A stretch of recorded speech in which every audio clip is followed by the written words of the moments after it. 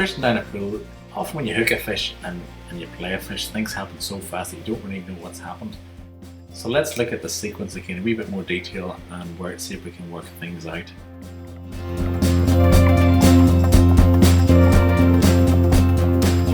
I think experience plays a big part in catching fish.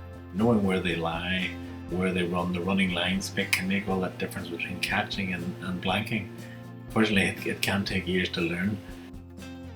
But people also talk about reading the river and how it can be equally important.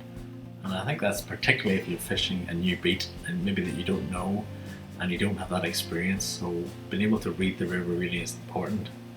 But what does that mean? Let's look at this, the head of this pool again as an example. So on this particular day, the river was at a medium height, and as you can see there, most of the flow was on the far 2/3 of the river, and that's where most of the fish are likely to be.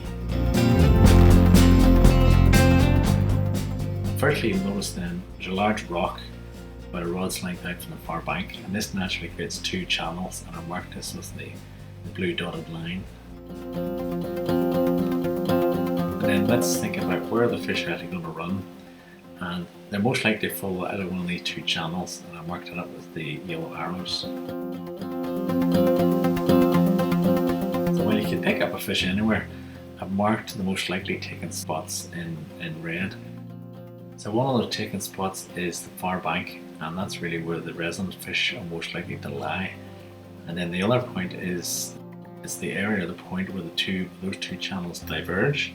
And this is particularly for running fish. So running fish are going to be running up the river, and they're going to come to that point, and then they're going to need to pause because they'll decide, am I going to go up this channel or that channel? So that's again a very good taking spot. So let's run the sequence again and we'll see what happens. So you'll see I start with a very short cast, and that really is to cover that near water. That's a very short, just quick cast. The second cast is slightly longer, it's a fuller cast, and I really want to cover the far channel, but I want to also let it, and as you'll see, I'll let it fish right round into that main taking area in the centre.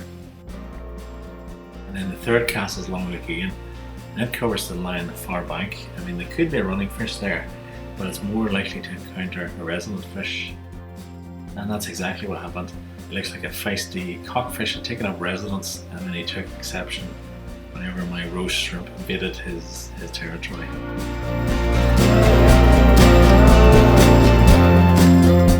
One of the first things I do after that initial take, and when you get things relatively under control, is to work out where am I going to play this fish and hopefully land it. So let's look at the sequence again.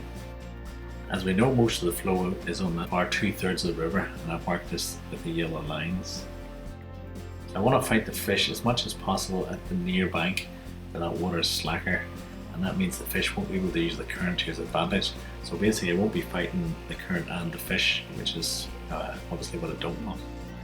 And then secondly, I want a place where there aren't any obvious snags or any other hazards, and you can see there marked in red there's a large rock which I certainly want to steer well clear of. So I've marked the landing area that I'm aiming for in blue there, and you can see there in the sequence that I gradually work my way down to it.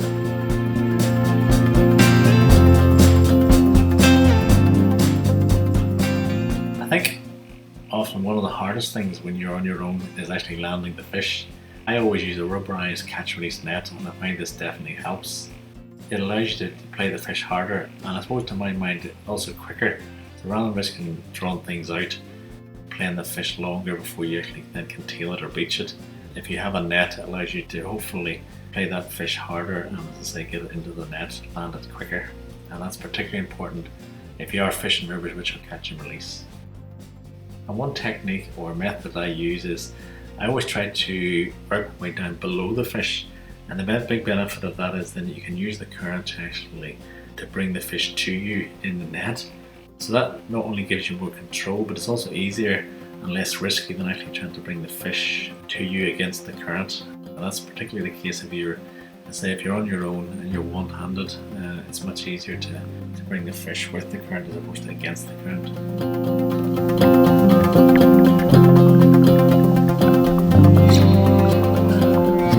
I hope you find this behind the scenes useful, and feel free to, if you do have any questions, put them in the comments and I'll do my best to answer those. And finally, thanks for watching, and tight lines for the rest of the season.